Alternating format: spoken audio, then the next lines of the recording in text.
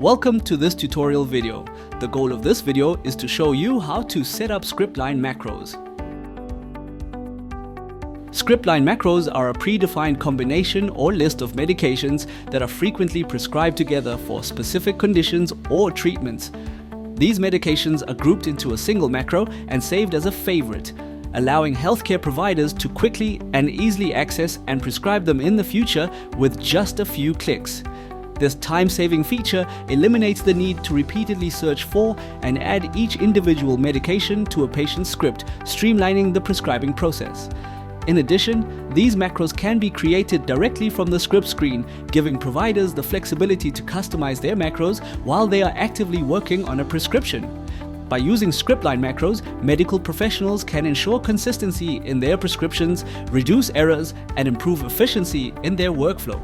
In this video, we'll guide you through the steps to customize your billing experience and streamline your medication prescribing process.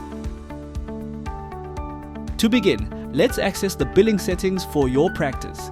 These settings are customized per entity to suit your practice's specific needs. From the diary screen, click on the settings button in the top right corner. Next, click on billing settings. Please note that dental billing settings will only appear if you are on the dental entity, which will not be covered in this tutorial video. Now let's move to the scriptline macro section. As mentioned before, scriptline macros are predefined lists of medications that are regularly prescribed together, making it easy for you to quickly prescribe them again in the future. To add a new scriptline macro, click on the Add New Macro button. The script macros will initially be labeled Nothing Yet until the code or description for the macro is entered. We'll start with the code and description.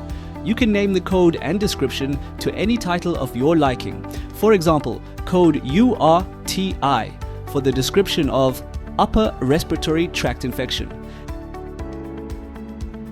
Now, here it's important to note that the Treating Practitioner tab is preset to all treating practitioners, which means that the macro we create will be available to all the entities on the install and found under Global Macros once saved.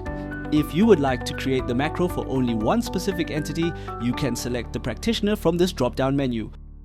When the treating practitioner is changed to a specific doctor, the macro will be immediately removed from the Global Macros panel and moved to the Other Macros panel.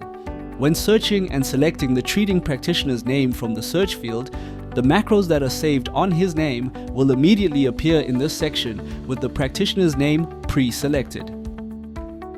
If your macro includes consumables, please tick the Include Consumables checkbox. As you know, consumables refer to any materials that are used during a procedure, like gloves or syringes or any other medical materials. However, please note that some medical aids may decline consumables, which would mean the patient would have to settle that shortfall. Click on Add Script Item to add your script items. Please refer to this video's user manual for a detailed description of each field in the scripting section. Proceed to enter the medical information as required.